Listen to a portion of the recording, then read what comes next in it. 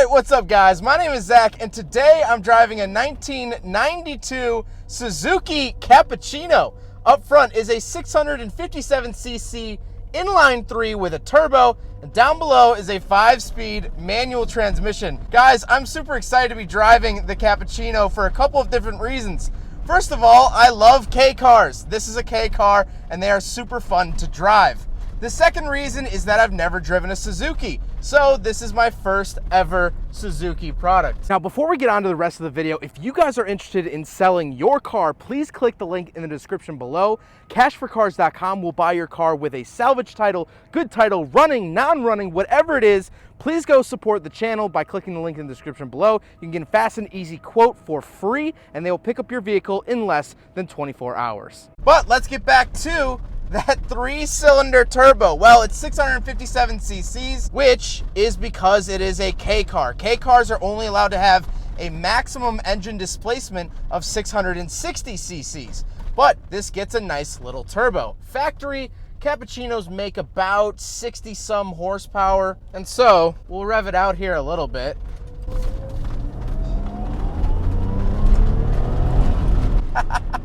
It's not a fast car, but it's so fun to drive, so engaging, and that's really the fun part of the Cappuccino. Is it going to put record numbers down at the racetrack? Probably not, but that's not the point of it. Suzuki literally made this car to be a cheap roadster. Their literal tagline was, you can now live your roadster dreams for a very small cost. That's exactly what this car is. Like I said, paired to it, 5-speed manual transmission, feels great, shifts great.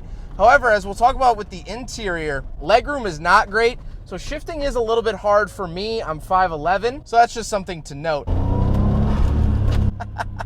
Last but not least, the Suzuki Cappuccino is rear-wheel drive. So let's talk about the interior. Well, in front of me, I have 3 main gauges. On the far left is my speedometer, then I have my tachometer, and on the right is my fuel and coolant temperature. One fun thing about the gauge is that actually up above the coolant gauge, there's a little light that comes on when the turbo spools. Now, unfortunately, this car has an aftermarket ECU, so that light doesn't currently work. However, that is a really cool feature. Now, I am still unsure if this is the stock steering wheel for the Suzuki Cappuccino or not, because I've seen them on other Cappuccinos and they look like the factory wheel with the center button removed. However, it has the Momo logo, and I'm not quite sure. So if anyone knows if this is the stock steering wheel, please let me know in the comment section down below. It is very hard to find information online. I like the feel of it, very period correct, and it feels right at home here in the Cappuccino. On the door, I have just my door handles, nothing too crazy. And then coming into the center, I have 2 climate control vents. My climate controls themselves, heat and AC, which is very, very nice. And then I have an aftermarket radio down below that. Then, of course, cigarette lighter, an ashtray, and the shifter. The shifter looks great. It looks very period correct. It looks very much at home here in the Cappuccino. And then I have my power window switches, which is interesting that this car actually does get power windows. You would think such a small vehicle like this would have manual windows, but that's not the case. Now, the seats are nice and comfortable for what they are. They are leather, and as seats, they're comfortable. However, as we'll talk about with the interior, and as you're probably seeing on camera, I am absolutely jammed in here. My right leg has no room. My right shoulder really does not have any room. My left leg is suffering a little bit. Headroom is actually great. Tall, not that big of an issue, but wide, very much an issue. Now, I do want to spend some time talking about the roof, because the roof, I think personally, is one of the coolest parts of the Suzuki Cappuccino. So, the roof, as you'll notice, is a hardtop. However, the Cappuccino is actually a convertible. So, there's a couple different things you can actually do to the roof. First of all, you can take off the T-tops and make it a T-topped roof. There's a bar going down the center. Open up the T-tops and get a little bit extra airflow. Then you could take it another step further and take the centerpiece out of the T-tops and make it a targa top. Really great.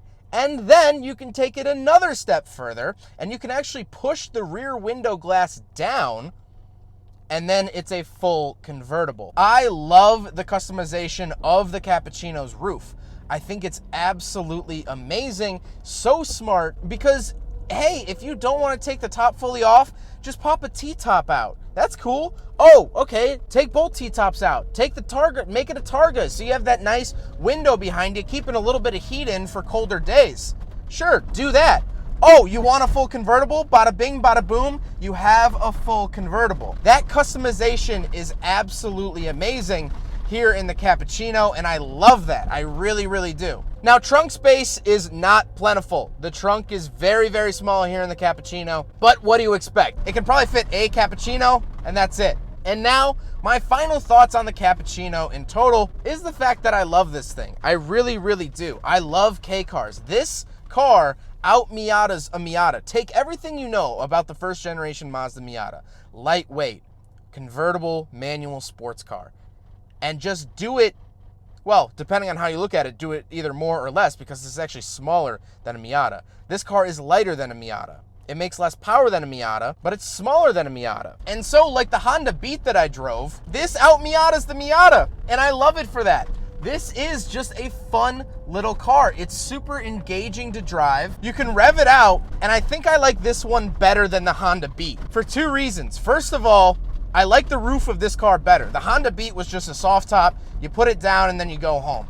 This has tons of options. The second reason, guys, this is a turbo. I mean, I get boost noises. This thing revs to 8,500 RPM, and I get boost noises. The overall driving experience of this car is better than the Honda Beat, in my opinion. That doesn't mean I've lost any love for the Honda Beat. I love Honda Beats, but this is just better. Unfortunately, the only thing stopping me from buying this is my size. I am too big for this car.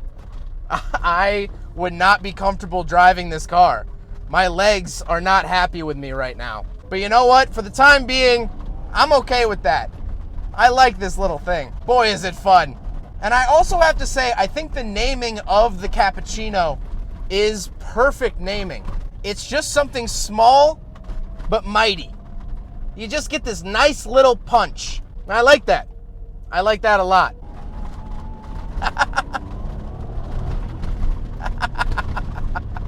Well, I hope you guys enjoyed the video. Huge thank you to Josh for letting me take out his Cappuccino. This thing is so fun to drive. It's an absolute blast. And I wish I was smaller so I fit properly. But I guess you can't have everything in this world. I hope you guys enjoyed the video. Don't forget to rate the video, comment on the video, and subscribe if you really liked it. Take care, guys.